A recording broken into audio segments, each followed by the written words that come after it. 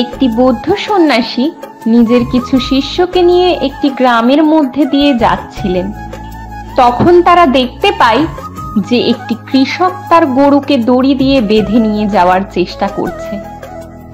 ওই কৃষকটি তার সম্পূর্ণ শক্তি দিয়ে গরুটিকে তার নিজের দিকে টেনে নিয়ে আসার চেষ্টা করছে, আর অন্যদিকে গরুটিও কৃষকটিকে নিজের দিকে টেনে নিয়ে আসার চেষ্টা করছে।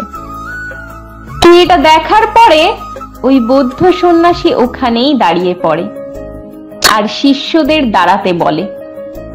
আর ওই কৃষকটি অনেকক্ষণ ধরেই গরুটিকে টানার চেষ্টা করছিল, কিন্তু এই গরুটি কোনোভাবেই কৃষকের সঙ্গে যাচ্ছিল না।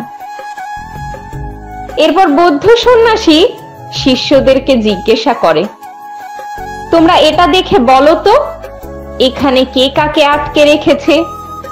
এদের মধ্যে কে মালিক আর কে গোলাম? তখন শিষ্যরা বলে, এটা তো দেখাই যাচ্ছে যে এই কৃষকটি গরুটিকে বেঁধে রেখেছে, মানে কৃষকটি মালিক আর গরুটি কৃষকটির গোলাম। কৃষক গরুটিকে যেখানে নিয়ে যেতে চায়, গরুটিকে সেখানেই যেতে হবে। এটা শোনার পরে বৌদ্ধ সন্ন্যাসী বলে, তোমরা একটু ভালোভাবে ভেবে দেখো, আজ আমি তোমাদের অনেক বড় একটি শিক্ষা দেব।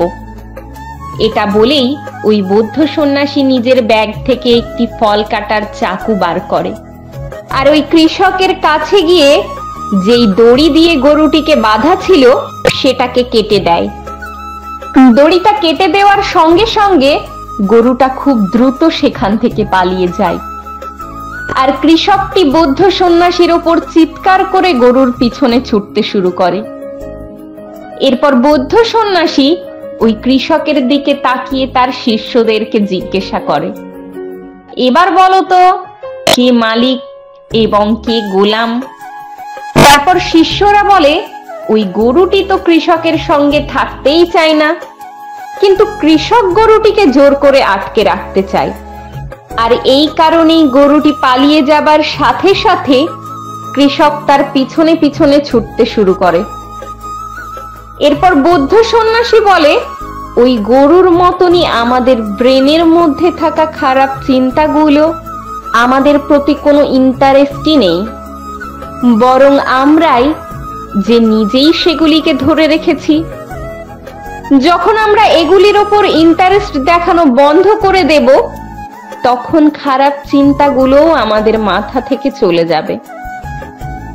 যদি আমরা একটু ভালোভাবে দেখি, তাহলে দেখতে পাবো ওই কৃষকের মতোই অবস্থা আমাদের মনের। আমরা নিজেরা আমাদের অনেক কিছুর মালিক মনে করি, কিন্তু সত্যি বলতে আমরা মালিক নই, বরং আমরা গোলাম। মালিক তো সেই জিনিসটা, কারণ আমরা ওই জিনিসটা ছাড়া থাকতেই পারবো না।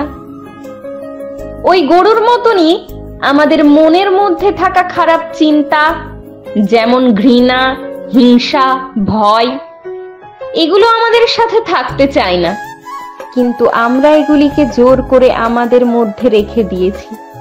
কিন্তু যদি আমরা একবার সম্পূর্ণ শক্তি দিয়ে এগুলি থেকে বেরিয়ে আসতে চাই, তাহলে দেখব এগুলো খুব সহজেই আমাদের ভেতর থেকে দূর হয়ে যাবে।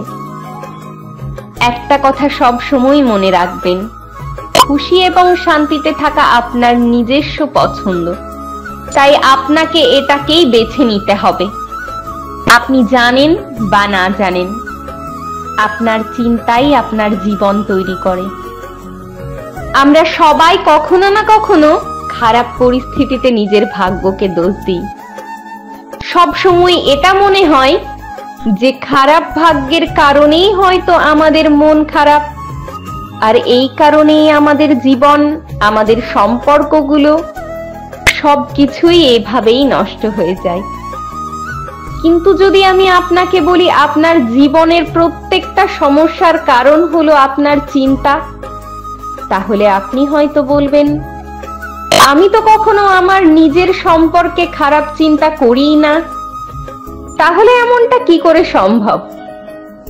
আজ আপনি সুখে থাকেন কিংবা দুঃখে, আপনি সফল হন কিংবা অসফল, আপনি নিজেকে একবার জিজ্ঞাসা করুন তো যে এর কারণ কি। আর যদি আপনি একটু গভীরভাবে চিন্তা করেন তাহলে দেখতে পাবেন এই সব কিছুর কারণ আমরা নিজেই, অর্থাৎ আমাদের চিন্তা। আমরা যেমন বীজ রোপণ করেছি তেমনই আজ ফল পাচ্ছি আমরা। যদি আপনি ভালো চিন্তার বীজ রোপণ করে থাকেন তাহলে আপনি ভালো পরিমাণে ফল পাবেন।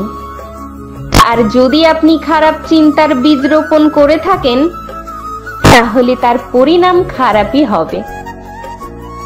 কিন্তু এখন প্রশ্ন হলো, যে খারাপ চিন্তার বীজ আমরা আগে রোপণ করেছি সেটা কি এখন সংশোধন করা যাবে না?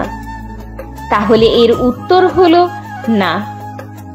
আপনি আগে যেই বীজ রোপণ করেছেন তার ফল তো আপনাকে ভোগ করতেই হবে। এখন থেকে আপনাকে কেবলমাত্র ভালো বীজ রোপণ করতে হবে। আমাদের ব্রেনে প্রতিদিন 60,000-এরও বেশি চিন্তা আসে, আর এই চিন্তার মধ্যে বেশিরভাগই নেগেটিভ চিন্তা হয়, যা আমাদের আত্মবিশ্বাসকে নষ্ট করে দেয়। আজ নয়তো কাল এটাই আমাদের অসফল করে তোলে।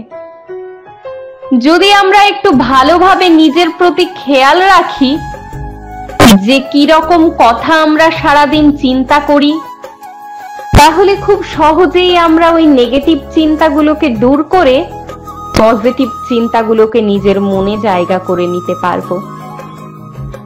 কিন্তু এটা কখনোই একদিনে সম্ভব হবে না। এই জন্য আপনাকে সময় দিতে হবে, নিজের প্রতি খেয়াল রাখতে হবে।